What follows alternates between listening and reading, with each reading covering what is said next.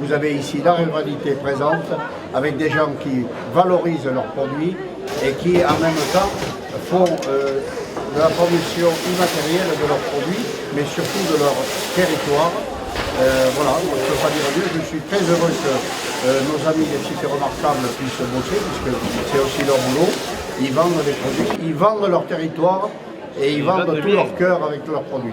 Gilles Croix-de-Vie aujourd'hui est venu vous voir pour vous présenter notamment la sardine, entre autres. C'est vrai qu'il y a plusieurs produits chez nous, mais le produit phare, c'est surtout la sardine. Saint-Gilles-Croix-de-Vie est le premier port de l'Atlantique pour la pêche de la sardine. Nous sommes le premier à avoir eu le label rouge pour la qualité du poisson, reconnu par les sites du goût. Et cette année, nous venons d'être inscrits au patrimoine national pour la qualité du produit. Alors nous ne sommes pas commerçants, nous sommes une association de bénévoles et nous avons décidé un jour de remettre au goût du jour un produit que faisaient nos parents il y a 50 ans. Donc dans l'association, nous avons des marins-pêcheurs, nous avons un conserveur qui travaille avec nous. Et on a refait exactement ce que faisaient nos parents autrefois, c'est-à-dire une sardine qui est pêchée chez nous au large, qui est ramenée au port très fraîche, non congelée, non surgelée, qui est prise en charge immédiatement par les usinières, qui est préparée manuellement comme on faisait autrefois, passée dans une friture, égouttée un minimum de 6 heures, c'est ce qu'il faut pour qu'un poisson soit égoutté, puis mise en boîte et refait comme à l'ancien. Donc c'est le produit que nous présentons aujourd'hui sur le salon. C'est vrai que c'est un produit qui devient rare, qui ne se fait plus. Il faut être une association pour refaire ça. Nous y prenons plaisir et puis nous présentons notre produit. Donc c'est avec plaisir que nous sommes venus aujourd'hui vous rencontrer ici à Villefranche du Périgord. Voilà le produit que nous faisons, c'est une boîte qui est millésimée. Si on respecte les critères de qualité, nous avons droit au millésime sur le côté du produit. Tous les ans, nous faisons travailler un peintre local qui nous change le décor de la boîte. Ce qui fait que nous avons donc tous les millésimes différents, toutes les années différentes. Je suis président de la coopérative oléicole de Beaucaire. J'ai mené différentes huiles d'olive, dont l'huile d'olive AOP de Nîmes. J'ai mené aussi l'olive de Nîmes AOP de la variété Picholine, qui se caractérise par son craquant et sa fermeté. Notre huile d'olive AOP de Nîmes, il faut 80% minimum de variété Picholine. Elle se caractérise par son amertume et son piquant, sa finale poivrée qui gratouille la gorge. Je suis viticulteur dans le Bordelais. J'exploite avec mon fils 3 propriétés. Une dans le Saint-Émilion qui produit aussi un Saint-Émilion grand cru. Une autre dans le Bordelais qui comporte une 20aine d'hectares de vignes. Et une 3e dans l'AOC Côte de Duras qui est une AOC limitrophe de Bordeaux, qui est en Lot-et-Garonne. Et là, nous exploitons une 12aine d'hectares. Voilà ce qui est notre ADN sur le Bordelais. Nous sommes producteurs avec mon mari de châtaignes et nous les transformons. C'est surtout mon mari qui fabrique, mais bon, nous transformons en crème de marron, en confiture. Nous faisons aussi des marrons grillés, des marrons naturels et puis aussi des soupes à base de châtaignes. Bonjour, on vient de Sarlat, à la fête à la châtaigne, les Garrigous de Sarlat. On est content d'être ici, ça fait plaisir. Un beau petit pays. Voilà, vous avez ici donc le Kirsch de Fougerolles qui est décliné sous sa bouteille emblématique. C'est un kirsch qui est d'appellation d'origine contrôlée que nous avons obtenu en 2010. C'est la première alcool d'AOC de fruits à noyaux. Et la bouteille emblématique, estampillée Fougerolles, vert teinté, qui met le produit à l'abri de la lumière pour assurer une plus longue conservation. Et c'est un kirsch fermier qui a été médaillé au Salon de l'Agriculture. Tous les produits qui sont ici sur la table sont déclinés à partir du kirsch et de la cerise. Aussi bien les produits charcutiers que les produits pâtissiers. C'est la première fois que je viens à Villefranche du Périgord, voilà, découvrir cette magnifique région. Et ça nous change un petit peu de nos paysages de Haute-Saône, avec que vous découvrez derrière, là, avec les cerisiers en fleurs. Je représente la fromagerie Arnaud, le Fort des Rousses, et je représente les 4 AOP du massif du Jura. Donc nous sommes affineurs de comté, nous avons 130 000 meules en affinage au Fort des Rousses, comme vous pouvez le voir derrière moi.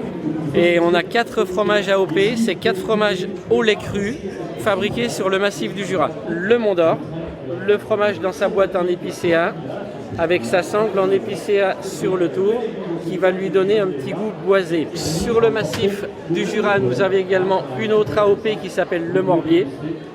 Le Morbier, fromage au lait cru de vache, fabriqué sur le massif du Jura, avec une particularité au milieu, c'est la raie noire. La raie noire, elle n'a pas été faite par hasard, c'est simplement que pour fabriquer un fromage, il faut 70 litres de lait. Et à l'époque, les agriculteurs, ils n'avaient pas suffisamment de lait pour faire un fromage complet, donc ils faisaient un demi-fromage aujourd'hui et l'autre moitié le lendemain. Et ils se sont aperçus que pour le conserver, en mettant de la suie au milieu, il se conservait, ils pouvaient recoller l'autre moitié dessus. Ensuite, on a le bleu de Gex, toujours du lait de vache, du lait cru, fabriqué sur le massif du Jura.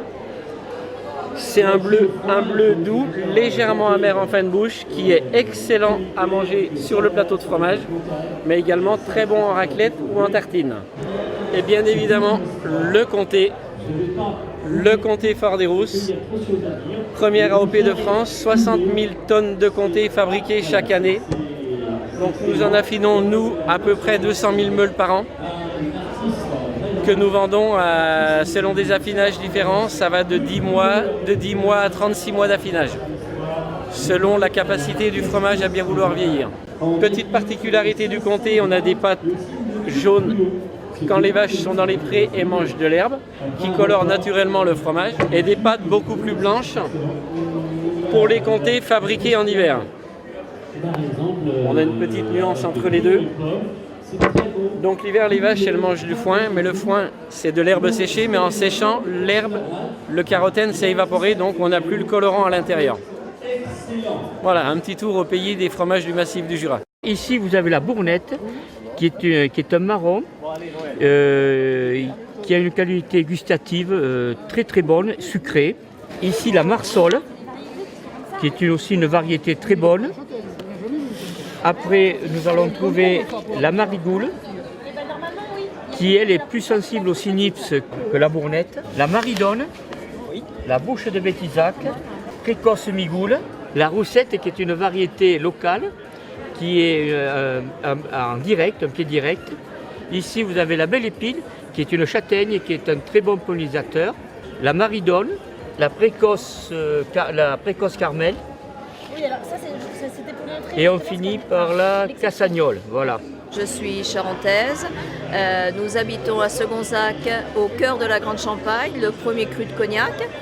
Et nous faisons donc le Pinot des Charentes, blanc, rosé et vieux blanc, et ainsi que les différents cognacs. Un jeune cognac, le VS, plutôt pour l'apéritif ou la cuisine. Ensuite, nous avons le VSOP qui a 10 ans, le Napoléon 15, l'IXO 25 et le Hordage 40 ans de fût. Donc c'est élevé en fût de chêne, Mérin du Limousin.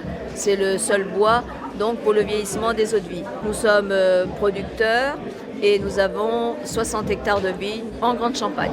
Nous, on est une boucherie-charcuterie donc dans les Vosges, et le village s'appelle le Val d'Ajol. Tout est noté derrière. On est site remarquable du goût de l'andouille du Val d'Ajol. Donc l'andouille du Val d'Ajol, je vous la montre, c'est celle-ci. Elles doivent être tout le temps vendues avec une bague ici qui certifie que c'est la véritable andouille du Val d'Ajol. Vous voyez, c'est une marque déposée. Donc on est site remarquable du goût de ce produit-là. Alors c'est une andouille à base de viande maigre de porc. Il y a du vin blanc d'Alsace et on met une petite pointe d'alcool de Mirabelle dedans.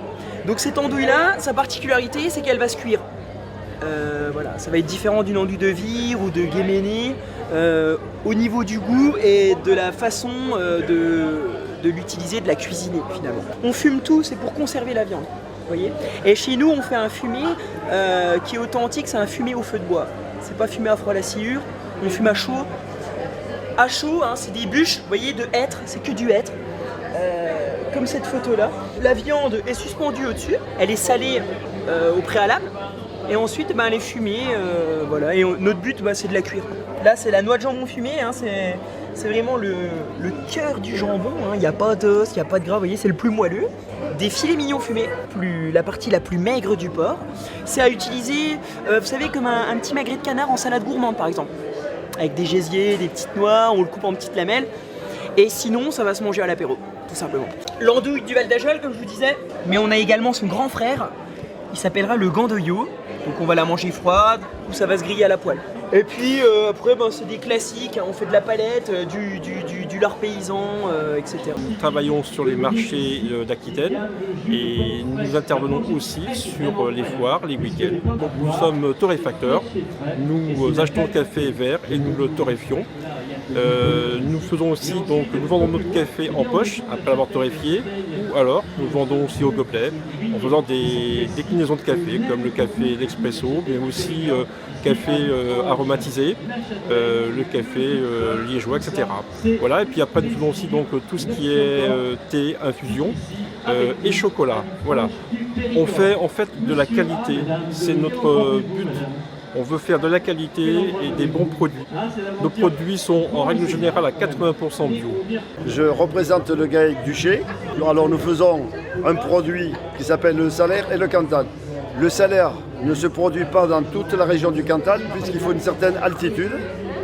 Il faut être minimum aux alentours de 600 à 800 mètres le plus bas. L'ensilage est proscrit. Ici, là, vous avez une plaque d'identité. Là. Cette plaque vous indique, je vais vous dire, vous avez l'année de fabrication, le département, le numéro de la ferme et salaire.